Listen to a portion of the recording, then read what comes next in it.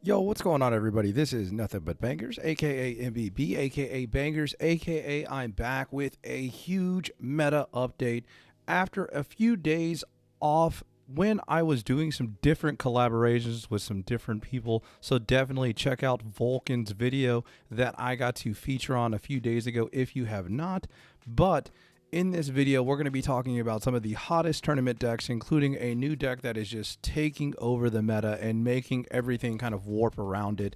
But I've got a ton of deck lists. I've got the biggest tournaments this weekend. Let's get straight to it. So, starting with the Hoogland and Spragels tournament, this was the first huge tournament that we saw happen this weekend, and it concluded already.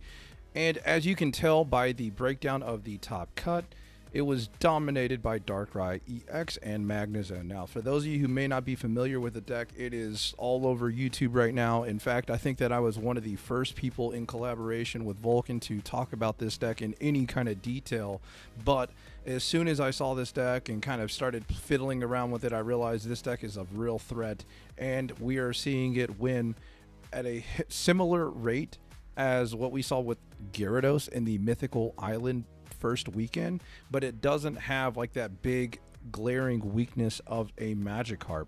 The weakness of Darkrai, EX, and Magnezone is a very different animal to try to tame, but we'll talk about that a little bit more in some of the different decks that we're going to go over. But you can see that there's a lot of new decks that are popping up. Yanmega, Dialga, Exeggutor Yanmega.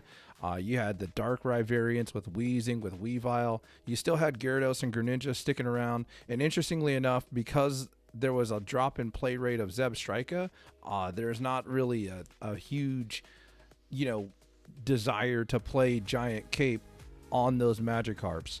And then when you keep going down, you got Exeggutor Serebii, which I'll talk about that deck list very specifically as well. And then you've got some other rogue decks that kind of showed out as a one of here. And then a couple of spicy decks that we'll also highlight. So let's get into the deck list. But again, the winner of this tournament was a Darkrai Magnezone.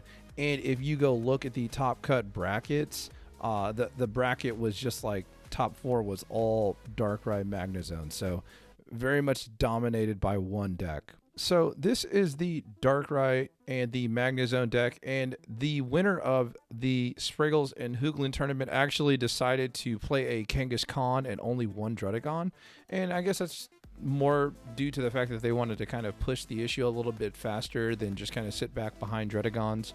But you're going to see different variations of this deck list. Like some people are playing Rocky Helmet as opposed to the Giant Cape. Some people are playing double Cyrus. Some people are playing, like I said, double Druddigon. Some people are playing one Leaf as opposed to two. So there's all sorts of different variants. But basically the game plan is to put a Druddigon or Kangaskhan in the active, evolve to a Magneton, use its ability to get a lot of electric energy on it, and then eventually evolve into a Magnezone where you can attack for a couple of turns with it. So like 4 energy is a sweet spot for getting that Magneton ready, so that way you can evolve and start dealing 110. And then the Darkrai EX is going to deal passive damage to your opponent's active as well by attaching dark energies to the Darkrai EX. And keep in mind, you only discard 1 electric energy with the Magnezone attack, so you can actually keep reloading, dark energies onto your Magnezone, and you probably have like 2 to 4 attacks with the Magnezone before you just run out of ammo. So again, really strong deck. The meta is going to have to warp around how to beat this deck. So what are some of the other decks that we saw on this top cut? Well, one of the other decks that we saw was a Dialga paired with Melmetal, Mew, and Tauros. Now this is a really interesting deck because it's going to use the Dialga to turbo the Melmetals and also turn on Mew and Tauros to potentially be threats. It's going to play double Giant Cape as well to extend the life of the Pokemon, especially something like a Melmetal can get really tricky to KO. Then you've got the double Dawn, and the double Dawn allows you to go ahead and move energy all the way around the board depending on what you have on your bench and your active. So sometimes it's going to mean that you're attacking for 100 with Dialga EX. Sometimes you're just moving energy around so that way you can fuel one of your other attackers like a Melmetal. But really solid deck. Obviously this is going to potentially either go up in play rate or go down in play rate depending on how its specific matchup is with the Darkrai Magnezone deck. Another deck that we saw in this Spragels and Hoogland tournament was Exeggutor and Yanmega, and then this person decided to also play Shaman. Now, Shaman is kind of like one of those passive heals, so every turn it's healing all of your Pokemon 10 damage. You combo that with Erica, you can get a lot of heal throughout the span of a game. And again, with Darkrai having that grass weakness and Weavile having that grass weakness, the grass decks are very solid. And there's even one grass deck that I want to show you later on that's really interesting as well. But we'll talk about that when we get there. But looking at this deck, there's no ramp for the Yanmega, so you're basically banking on opening up Exeggutor and finding it early and then slowly powering up that Yanmega. There is another way to play this deck. You basically take out the Exeggutors and you take out the Shaman, you just play Dialga, and then it allows you to play stuff like Tauros and Mew as well. So you could obviously switch those out, right? So what is that, 5 spots, right? So you could put in double Dialga, maybe 1 Mew, 2 Mews, maybe 2 budding expeditions. So kind of whatever you want to do there, but you definitely have options. And then probably one of the most fascinating decks that we saw this weekend, I believe this is cooked straight out of Japan from one of the Japanese players, but this is actually really cool to see this. And I had a suspicion that we would see something similar to this, except I anticipated seeing Pokemon communication in this deck. But there's a lot to talk about with this deck. So first of all, Bastiodon, which, hey, I just want to pat myself on the back. Although I did leave Yanmega off my top 15, I did have Bastiodon in my top 15. I also left Skarmory off my top 15. So look for those updated rankings coming out very soon in another video. But what this deck is trying to utilize is Skarmory's early game tempo. So you attach one of those tools to it, and all of a sudden your Skarmory is hitting for 50 damage as early as your turn 2, or excuse me, your turn 1, but turn 2 of the game. And then you're going to always open up with Skarmory. Because you're playing the fossils, right? So you're always opening up Skarmory, and now your job is just to find a Pokemon tool. The Bastiodon is going to be able to survive even a Charizard hit at certain damage if it has a certain amount of HP, if you flip heads, right? So if you flip heads, it's going to reduce the attack by 100 damage, and that's going to allow it to survive Charizard if it's at, I think, above 130 HP, I think is what it needs to be. But anyways, really cool deck. Had a chance to to continue in advancing in this tournament, but again, that Darkrai Magnezone deck is just really good. And a lot of the time, if you're gonna have to win against that deck, you're gonna have to get a little bit lucky or hope that they really brick. But this is a cool deck to see fossils, and keep in mind there's still room for the other fossil, which is Rampardos too, right? So let's get into the Ursiiday tournament. So in the Ursiiday tournament, I'm going to talk about the top 2 decks as well. But Ursi did an awesome job this weekend extending the top cut to 64 people. So it's no longer, you grind for 7 hours, you lose the last 2 rounds or whatever, and you're out. Now you have a chance, even if you lose those 2 rounds.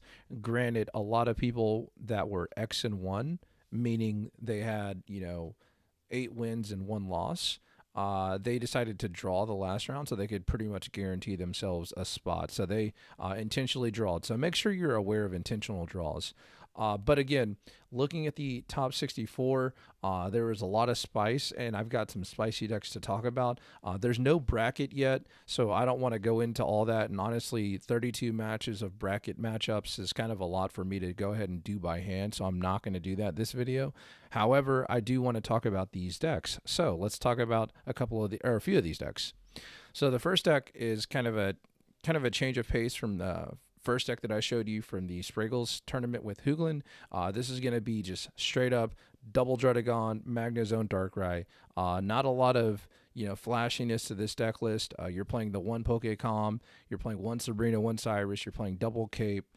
So hey, this is a very straightforward deck, very powerful deck. If you haven't played this deck and you have Darkrai's, try it out. 100% just try it out. It's fun, and usually it's gonna win a lot of games too. So keep that in mind. But this is the #1 seed so far going into top 30 or 64. So this is the first water deck we've talked about all tournament, if I remember right. Or all video, if I remember right. This is Vaporeon, Palkia, and Manaphy, and basically the idea is to open either Manaphy or high roll with Misty on Palkia, but using Manaphy, you're going to attach 2 energy to your bench Pokemon. Turn 2, hopefully you evolve to Vaporeon, and then you can go ahead and leaf out of the active, or you can just manually retreat out of the active and then move the energy to Palkia and then start swinging.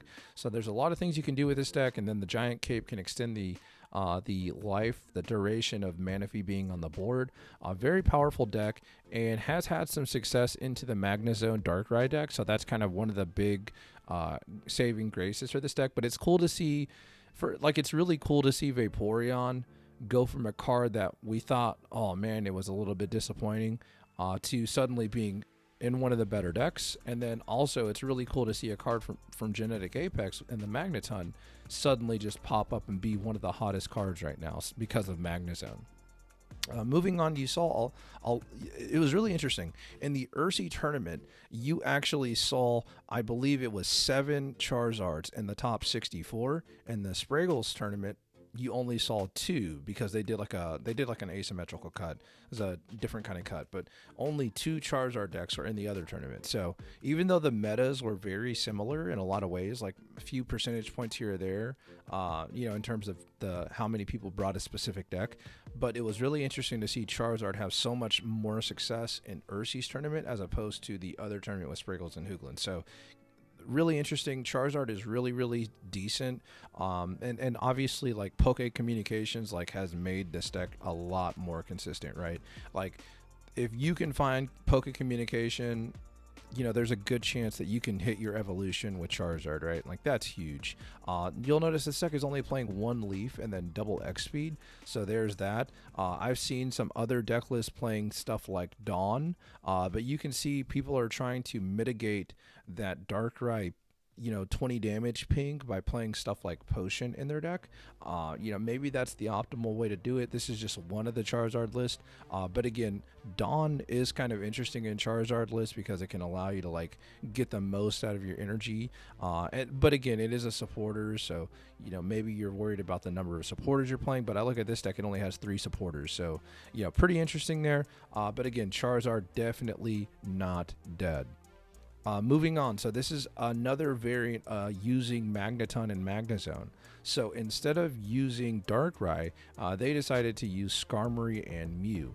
Now, there's an argument to be made that if you're going to be playing Mew EX right now, you should probably find room for Budding Expeditioner.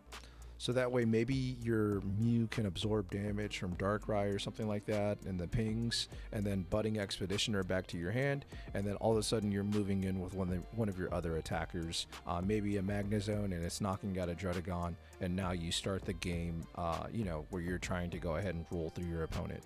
But when I look at this deck, the one thing that worries me about this deck is the low damage cap.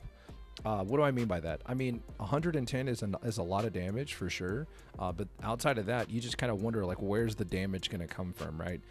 50 from Skarmory is decent. Mew EX can be hit or miss depending on the matchup, but then you have a card like Cyrus that allows you to snipe things, back into the active, bring things back into the active that they may have pivoted out after they got damage on it. So again, interesting deck. I'm not sure the longevity of it, but this kind of shows you that there's a way to cook with this Magnezone tech, right? We talk about engines, whatever you want to call them. This is a 6-card engine with Magnezone that you can throw into a lot of decks, right? Because you don't need to play the electric energy, right? You can play a different kind of energy because the Magneton is going to generate the energy on its own.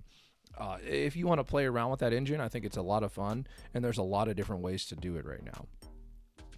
Okay, so this is the Exeggutor deck that I didn't want to talk about until it was played in tournaments, and I kind of alluded to this in other videos, but this is kind of like a take.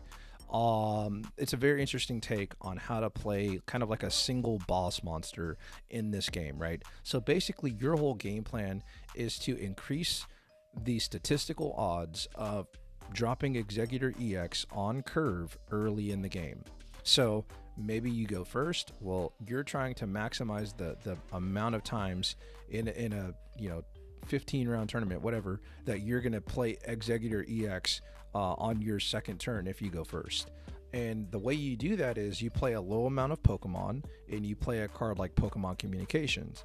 And so basically you can make it to where if you have Pokemon Communications, you basically could guarantee that you're going to get Exeggutor EX in some cases. And so like that's what this deck is based around. This deck is based around get Exeggutor EX out as early as possible, put a Rocky helmet on it, and then heal and swing, heal and swing. And even though I'm playing a low damage cap Pokemon, I have Cyrus to bring stuff back out and finish it off, and I also have Serebii as kind of like my nuke option, right? Like I can build up my Serebii on my bench throughout the game because my Exeggutor only requires 1 energy to attack. So this is a really interesting deck. I think that we will probably see this deck for a pretty long time in this format because a lot of decks like have trouble with early Exeggutor EX. Like even the Magnezone deck and with Darkrai, like it can struggle against the early game Exeggutor EX depending on like if it can get to Magnezone early, if it can get to Darkrai early. So yeah, I think this deck is really, really solid. It's really, really good.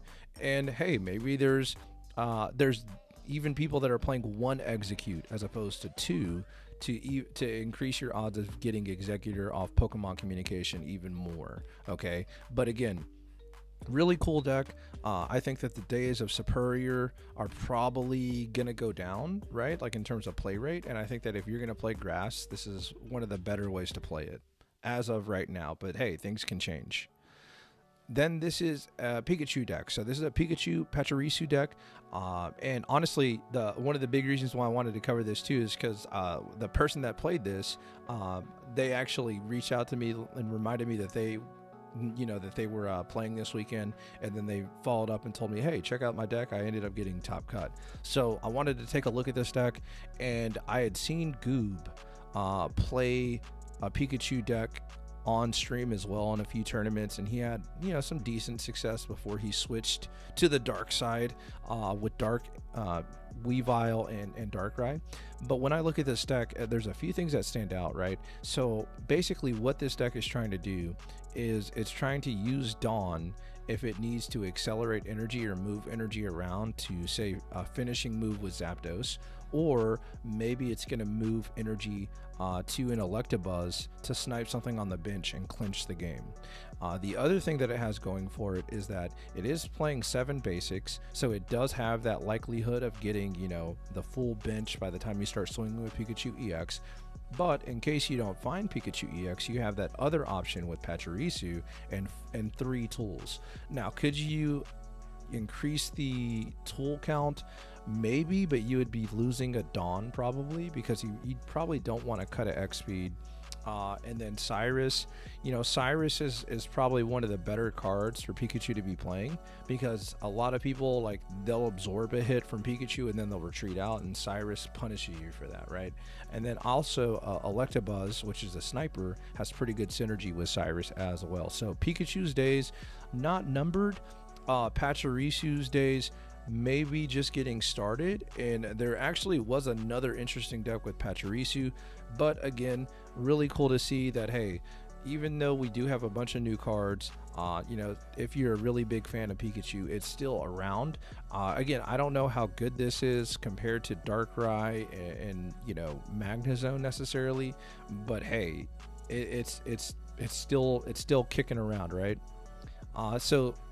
If you wanted to counter Pikachu, or maybe play a different deck that's maybe a fighting deck or maybe a fossil deck, this is another deck that ended up making it to the top cut, and this is going to be Lucario Rampardos with Hitmonchan. Now, when I look at this deck, I notice that it's utilizing Pokemon Communication, and I love that because I think that fixes a lot of your draws. And usually I was the first one to kind of say that I don't think Lucario is good. in a lot of the decks that it's in, but this is a great example of a deck where Lucario is very solid, very good. And the reason why it's very good is because it's going to fix a lot of breakpoints, right? It's going to fix your Rampardos breakpoint of dealing 150. It's going to fix your Hitmonchan's breakpoint of dealing 30. It's going to push it up to 50. So again, like, this is going to help put a lot of pressure on some decks very early, especially if you can Lucario and play and attack with Hitmonchan on curve. And then the nuclear option with Rampardos is very powerful. I mean, like, taking 130 or 150, if you're really lucky and you get double Lucario, that's 170. That's insane. And then make sure that you're remembering the combination of Sabrina and Cyrus to go ahead and bring Pokemon out from the bench that may be trying to hide, that may be trying to pivot. So yeah, I think this is a very strong deck and probably the best use of Lucario. Maybe there's the Aerodactyl deck that got top in the Spragels and Hoogland tournament. Maybe that deck's viable. But again, I think that if you're looking for a way to play Lucario, this is a very solid option. All right, last but not least, and again, thank you so much for tuning into my content. I appreciate you all. It's been great to grow as a content creator and, get these different collaborations with people like Ursiiday, with people like Vulcan. Like, it's so cool to be able to do that. And I hope that you hit that subscribe button on the bottom right of your screen so that way you can get notified on more of my videos. And I hope that you leave a thumbs up so this video reaches more people. Maybe drop a comment about your favorite deck. Hey, I would love to hear it. But let's talk about this last deck. It's going to be Pachirisu EX 18 Trainer. And this is really fascinating because, it's not using that Misty high roll potential that we saw for many, many weeks and many months with Articuno EX and eventually stuff, that could even be like Palkia, right? Or it could have been, Lapras EX, even though that's not very good. But anyways, when I take a look at this deck, I notice it has 5 Pokemon tools, so you're playing the berry as well, even though it may not come up very often, but hey, it gives you that consistency of being able to deal that 80 damage on Pachirisu as early as your turn 3, right? Potentially your turn 2, depending on if you go second. So when you take a look at this, you're playing pretty good items and trainers like the worst card in this deck is Lumberry, right? And then you start looking at all these trainers. Like, we finally reached a point in the game where you can legitimately play 18 trainers and they're all pretty good cards. So one, that's a little scary, right?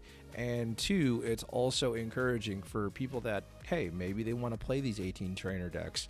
Maybe they want to play it with their favorite Pokemon, right? And this deck has had some success. So, when I look at this deck, the first thing that I realize is it's playing double potion. It's playing blue to try to minimize the damage that stuff like Darkrai can rack up on it. It's trying to play Giant Cape. But again, like, you see decks like this, and it can be a little scary. It can definitely be a little scary, especially if you get off to a slow start. But again, 18 trainer decks are a really good barometer for how good your deck is, right? Like, if you can handle 18 trainer decks, usually that's a pretty good sign that your deck is good enough to at least go compete in tournaments. And if your deck struggles with 18 trainer decks like this, it's probably a good thing to look at and try to figure out, why am I struggling? Is it my bulk? Is it my healing? Is it, am I not able to pivot enough? Like, what's going on? Because if you can't handle this deck, it's probably not a good option to take to a tournament, just generally speaking. So that wraps up the video. And again, thank you guys so much for letting me be background noise. Maybe, you learned something, or hey, maybe it's just pure entertainment, but I appreciate you. And until next time, I'll catch you later. Peace.